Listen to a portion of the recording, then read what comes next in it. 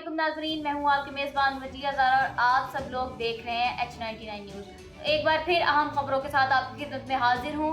तो नाजरीन, गुज़िश्ता हफ्ते में हमने आपको जो है वो वाज़े किया था कि सूरत हाल जो है वो मज़ीद ख़राब होती जा रही है और बदकिस्मती से जो है वही कुछ हो रहा है जिस चीज़ का खदशा था। सीज़ फायर ख़त्म होने से सिर्फ एक दिन पहले ही जो है ईरान ने जो है वाज़े मौक़िफ़ इख्तियार कर दिया है और एक बड़ा ऐलान जो है वो कर दिया है। वो ये है कि ईरान ने अमेरिका के साथ मुज़ाकरात के दूसरे दौर में शिरकत करने से इनकार कर दिया है। ईरानी वज़ारत ख़ारजा के तर्जुमान इस्माइल जो है बकाई ने बाकायदा प्रेस कॉन्फ्रेंस में जो है वो कहा है कि अमेरिका ने जो है वो सीज़ फायर की खिलाफ वर्जी की है। ईरानी मतलब ऑयल टैंकर्स पर जो है अमेरिका ने हमला कर दिया है, तो इस वजह से ही अमेरिका पर जो है एतमाद वो नामुमकिन चीज़ है।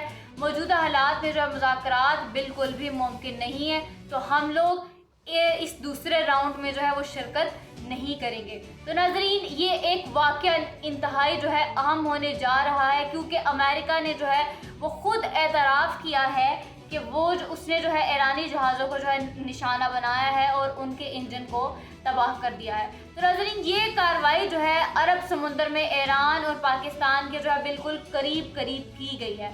अब इसके बाद ईरान ने भी जो है इस चीज़ का सख्त रद्द-ए-अमल देते हुए मुज़ाकरात से भी इनकार कर दिया है और जवाब देने की जो है वो धमकी भी दी है और ड्रोन हमलों का दावा भी किया है और जंग की तैयारी के इशारे भी जाहिर कर दिए हैं। तो नाज़रीन, सूरत हाल जो है वो ख़तरनाक क्यों हो गई है? सूरत हाल ख़तरनाक जो है वो इसलिए हो गई है क्योंकि सिर्फ 24 घंटे बाकी हैं सीज़ फायर ख़त्म होने में, और ये ही वक्त होता है कि जब जिसको मेक और ब्रेक मूवमेंट जो है वो कहा जाता है, क्योंकि दोनों ममालिक ही इस वक्त जो है अपनी ताकत को जो है वो दिखा रहे हैं और आवाम को ये तासुर दे रहे हैं कि हम लोग जो है वो कमज़ोर नहीं है। तो अब इसके आलमी असरात क्या होंगे? तो नाज़रीन, जैसे ही ये खबर आई है तो तेल की कीमतें भी जो है वो तेज़ी से आग की तरह जो है वो बढ़ गई हैं और आलमी मार्केट्स में भी जो है वो बेचैनी फैल गई है और पाकिस्तान स्टॉक मार्केट में भी बड़ी कमी जो है वो देखी जा रही है। अब ये सब चीज़ें जो है वो ये वाज़े करती हैं कि ये सिर्फ जंग नहीं है, बल्कि ये आलमी मईशत का जो है एक बहरान जो है वो बन सकता है।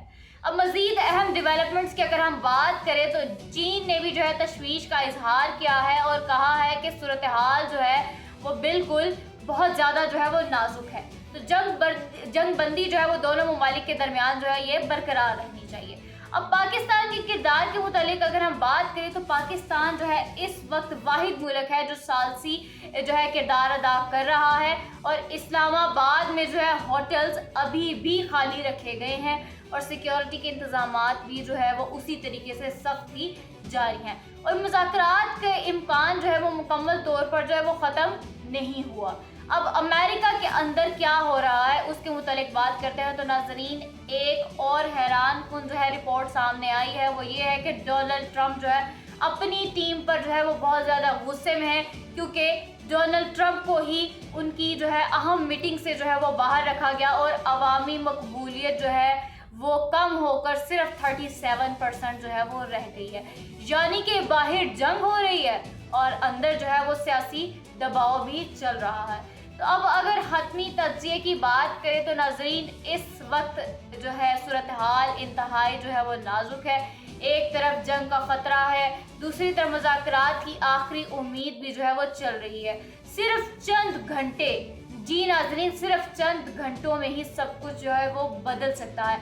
अगर मुज़ाकरात कामयाब हुए तो अमन, अगर नाकाम हुए तो बड़े तसादुम की तरफ पूरी दुनिया जो है वो जा सकती है।